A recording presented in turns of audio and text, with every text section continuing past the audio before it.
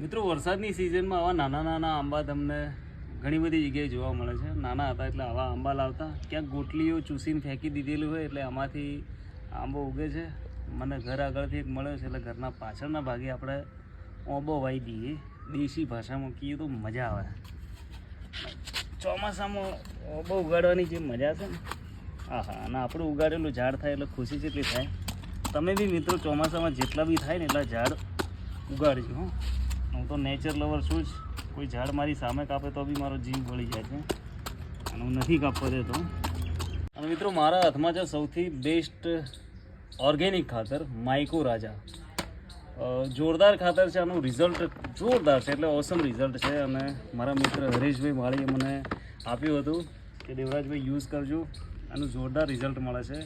તો આપણે એની અંદર થોડું ખાતર નાખીશું માઇકો રાજા. અને અમારા આંબો પણ ઉગશે તો રાજા જેવો જ ઉગશે. એનું નામ બી આપણે રાજા જ. ફાઇનલી આંબાને આપણે ધરતી માતામાં સમાવીએ છીએ.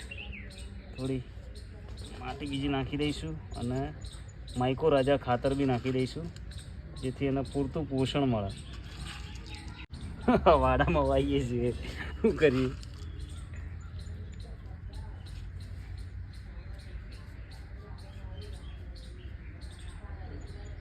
મિત્રો વિડીયો બનાવવાનો આશય માત્ર એટલો છે કે તમે પર્યાવરણ પ્રેમી બનો અને આ ચોમાસામાં બને એટલા મેક્સિમમ વૃક્ષો વાવજો, ઝાડ વાવજો. વૃક્ષો છે તો જ આપણે છીએ. અને આ બધી બદોલત આખી પ્રકૃતિનું જે સૌંદર્ય છે ને એ વૃક્ષોના લીધે જ છે. તો મેં એક આંબો વાવ્યો છે, બીજા બી ઘણા બધા હું વૃક્ષો વાવું છું. જો કે વિડીયો આજે જ પહેલી વાર જ બનાવે છે, પણ ચોમાસામાં વૃક્ષો વાવવા જોઈએ, મજા આવશે. લાસ્ટમાં ખાતર થોડું ઉપર નાખી દઈએ ને પાણી નાખીશું. પણ એકદમ દાણા છે ને બધા અનાજ જેવા લાગે છે. એટલે અમારે ભણો વળી ગઈ કે મોંમાં આ બધા ચકલા ખાઈ નાખે.